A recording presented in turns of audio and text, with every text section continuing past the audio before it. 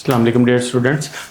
Last lecture में हमने OSI model discuss किया था और उसकी फर्स्ट लेयर डिस्कस की थी। आज हम उसके एक और इम्पॉर्टेंट लेयर के बारे में डिस्कस करेंगे जो कि है हमारी डाटा लिंक लेयर।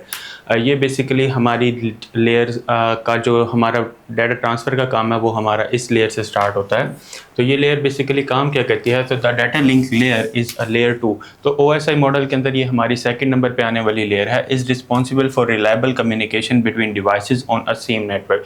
तो ये जो है बिल्कुल वही काम करती है बेसिकली जो हमारा आम, अगर हम इसकी कोई एग्जांपल लेके देखें तो जब हमने किसी से कम्युनिकेशन करनी होती है तो हमने एक लिंक जोड़ना होता है कि हम वो कम्युनिकेशन किस चीज़ के थ्रू भेज कर रहे हैं। अगर लेट्स सपोज हमने किसी को कुरियर भेजना है तो हम एक लिंक ढूंढते हैं कि कौन सी कुरियर कंपनी है जो कि हमारा पैकेज या कोई भी हमारा मैसेज है वो दूसरे तक डिलीवर कर सकती है। तो वही काम हमारे पास यहाँ पे डाटा लिंक लेयर कर रही होती है। तो is responsible for reliable communication. तो ये हमारे लिए एक reliable communication and between the devices on a same network. तो सेम नेटवर्क के ऊपर अगर हमने दो डिवाइसेस के दरमियान में कम्युनिकेशन करवानी है तो उसके लिए हमें क्या करना होता है? डाटा लिंक लेयर को इनेबल करना होता है और ये हमारी मोस्ट इंपॉर्टेंट लेयर होती है। हमारा जो सारा काम है, फंक्शनैलिटी, वो यहीं से ही स्टार्ट होती है। इसके फंक्शन क्या है, ये क्या क्या काम कर रही होती है? तो सबसे पहले एरर डिटेक्शन एंड करेक्शन। अगर डाटा ट्रांसफ़र के दरमियान में कोई एरर आ गया है कि किसी वजह से डाटा आगे ट्रांसफ़र नहीं हो रहा, तो ये जो लेयर है ये डिटेक्ट करती है कि जो मैं डाटा ट्रांसफ़र कर रही हूँ वो आगे सेंड नहीं हो रहा। एंड देन करेक्शन, और फिर उस एरर को डिटेक्ट करके उसको करेक्ट भी करती है कि क्यों, किस वजह से वो डाटा हमारा आगे नहीं जा रहा, क्या मसला आ रहा है, और उस मसले को सॉल्व करती है ये लेयर। देन आता है हमारे पास डाटा फ्रेमिंग एंड एड्रेसिंग। ये डाटा को फ्रेम करती है। लास्ट लेक्चर में हमने डिस्कस किया था फ्रेमिंग क्या होती है। बेसिकली डाटा को छोटे छोटे पार्ट्स में, जिसको हम पैकेट्स बोल रहे थे, पैकेट्स में डिवाइड कर लिया जाता है एंड देन उसको आगे फॉरवर्ड किया जाता है ताकि डाटा अच्छे तरीके से आगे सेंड किया जा सके। तो ये लेयर वो हमारा काम कर रही होती है। देन फ्लो कंट्रोल, ये कंट्रोल करती है बेसिकली, क्योंकि इस लेयर ने डिटेक्ट करना होता है एरर्स को, तो ये हमारे पूरे फ्लो को मॉनिटर कर रही होती है कि पैकेट्स कहाँ से ट्रैवल होना स्टार्ट हुए, जब जो हमारा सेंडिंग पॉइंट था वहाँ से कितने पैकेट्स ने ट्रैवल करना स्टार्ट किया, और रिसीविंग पॉइंट पे क्या सारे पैकेट्स अवेलेबल हैं या नहीं हैं। देन मैक एड्रेसेस, तो बेसिकली डाटा सही जगह पर पहुंच जाए, अब उसकी डेस्टिनेशन को जो मेजर किया जाता है वो उसके मैक एड्रेसेस के थ्रू किया जाता है, और वो भी हमारी यही लेयर कर रही होती है। एंड देन लास्ट में हमारे पास इसका जो फंक्शनैलिटी है वो है लॉजिकल लिंक कंट्रोल्स। तो ये बेसिकली क्या कर रही होती है, जितने भी हमारे कनेक्शंस आपस में नोड्स के बन रहे होते हैं उन सबको आपस में लिंक करके कंट्रोल कर रही होती है। इसके प्रोटोकॉल्स, इस लेयर के अंदर प्रोटोकॉल्स कौन कौन से यूज़ होते हैं, हम ये भी चीज़ डिस्कस कर चुके हैं डिटेल के अंदर कि नेटवर्क में कम्युनिकेशन करने के लिए अलग अलग टाइप के हमने प्रोटोकॉल्स डिज़ाइन किए हुए हैं। तो उन प्रोटोकॉल्स के अंदर बेसिकली जो हमारे पास हर लेयर का अलग प्रोटोकॉल है, हर लेयर का फंक्शनैलिटी के अकॉर्डिंग हमने अलग अलग टाइप के प्रोटोकॉल्स असाइन किए हुए हैं। तो इसके अंदर जो हमारे पास सबसे पहला प्रोटोकॉल है वो है हमारे पास ईथरनेट। ये बेसिकली क्या है, ये लोकल एरिया नेटवर्क के लिए एक प्रोटोकॉल है जो कि बेसिकली हमारे लैन के अंदर डाटा को ट्रांसफ़र करवा रहा होता है और स्विच कर रहा होता है हमारे पैकेट्स को। देन आता है हमारे पास PPT, point two point protocols. ये बेसिकली क्या करते हैं, ये दो डिवाइसेस के दरमियान में कम्युनिकेशन को इनेबल कर रहे होते हैं।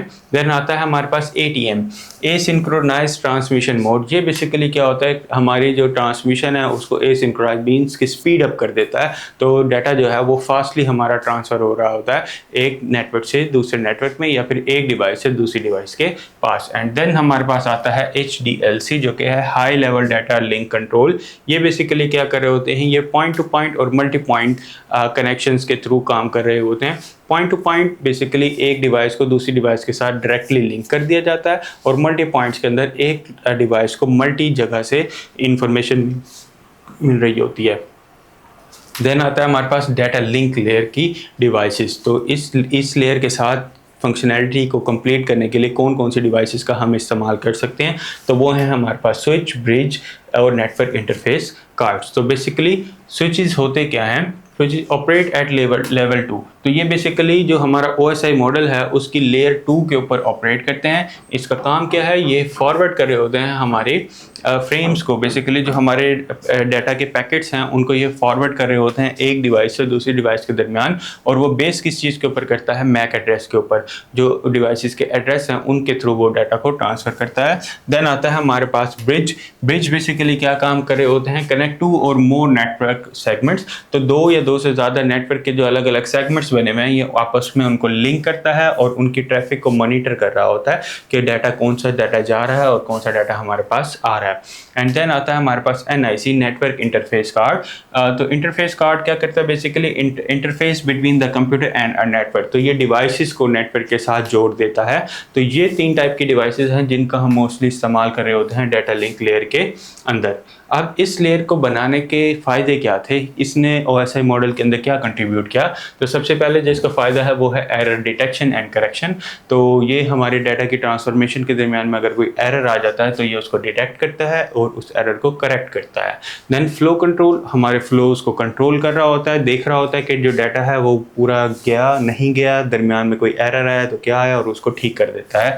देन एड्रेसिंग, ये हमारी एड्रेसिंग के ऊपर चल रहा होता है। तो हमने जहाँ जिस सोर्स ने डाटा डेस्टिनेशन पे भेजना होता है तो डेस्टिनेशन बेसिकली जो है वो उसका एड्रेस है। तो हम ये जो हमारी लेयर है ये उस एड्रेस को बेसिकली नोट करती है कि किस एड्रेस के ऊपर हमने डाटा भेजना है और एग्जैक्टली उसी एड्रेस के ऊपर डाटा भेजती है और वो एड्रेसेस हमारे मैक एड्रेसेस हैं। एंड देन फ्रेमिंग बेसिकली क्या है, हमारे डाटा को छोटे छोटे पैकेट्स में डिवाइड करना ताकि नेटवर्क के अंदर जो डाटा है वो ईजिली ट्रैवल कर सके और वहाँ पे जाके फिर रीअसेंबल हो जाए और अपनी ओरिजिनल शेप के अंदर आ जाए।